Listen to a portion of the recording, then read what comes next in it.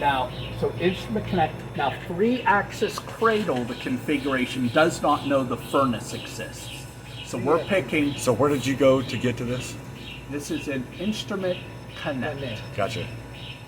So we go 3-axis cradle plus Anton Par dome heating stage 1100. Gotcha. I'm telling you to use beam path 1, and you say okay. Now, one of the things to note is, like before. Oh, okay, so it reads that as a separate stage. So I actually have to go to Tools, Exchange, Sample Stages. This is new. Wonder when they made this change. So I have to go here and act from 3-axis cradle. I have to activate the Chi-Fi Z plus heater. Now, will we have to do that every time? Yes. Okay. Part of what it is doing is reading in, mostly it's reading in limit collisions, which may be the dome furnace has some restrictions on the angle. Now, we already did all of these actions, so I'm just clicking through next and finish. Okay. So again, when we put the furnace onto the cradle, we have to run the exchange sample stage routine from the tools menu. Then we can connect to the configuration with the furnace. Gotcha. It's telling us there's a trouble communicating with the non-ambient controller. Now, if we walk this way, we will see because it's turned off. Oh, that should just stay on all the time, right? Different philosophies on that, because you'll be getting in when you disconnect the furnace. This would then be giving you a continuous error. It's not a big problem, but a lot of people don't like that. Okay. So a lot of people like. We'll just turn it on and off.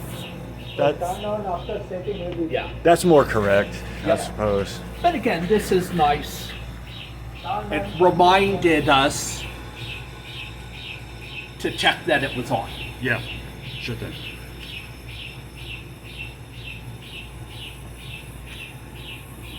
More data. Now, More again, data. because how I had set this up, I didn't put in the correct limits, so it's going to read the limits from the instrument and update the limits, the collision limits. And So that's you a just good click thing. through the collision limit. Yeah, so I Okay. just said yes. Okay. All right. So it's working now. And but that message had told me I have to. It updated the limits, but now I have to run the connector. and Okay. it does the same thing again. It No, is still that's not the coming, same thing. Same thing is coming. It's not the same thing. Not connect. Okay, I'm going to click OK there. Let's see now. This one is cold. It is. It's always cold in here. We cannot increase the limit. I mean, it's good because it's helped that the instruments are happier in a cold room. And a cold, dry room is what you want to work in. Yeah.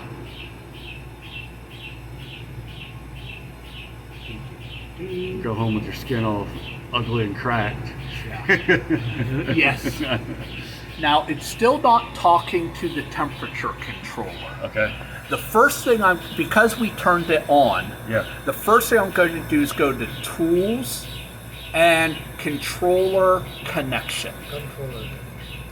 And I'm going to try manually connecting. And it says it can't, so the controller is off, the cable is disconnected, gives us some ideas what might be wrong. I'm also just using the default COM5.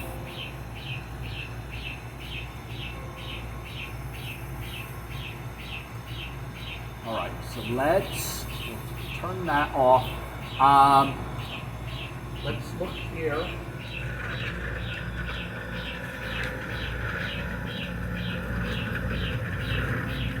Now we do have the button to turn the heater on, but usually it should be working even if the heater was off. I'm also just going to hit the reset button. So reset, heater on. And we're sure everything's plugged in. Reset and Yes. heater. Okay.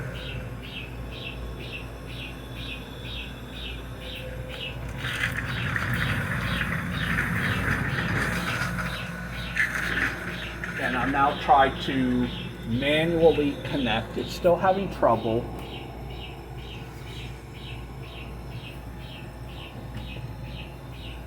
So I'm looking at the serial cables on back to see if they're labeled for Always COM check the port. cables.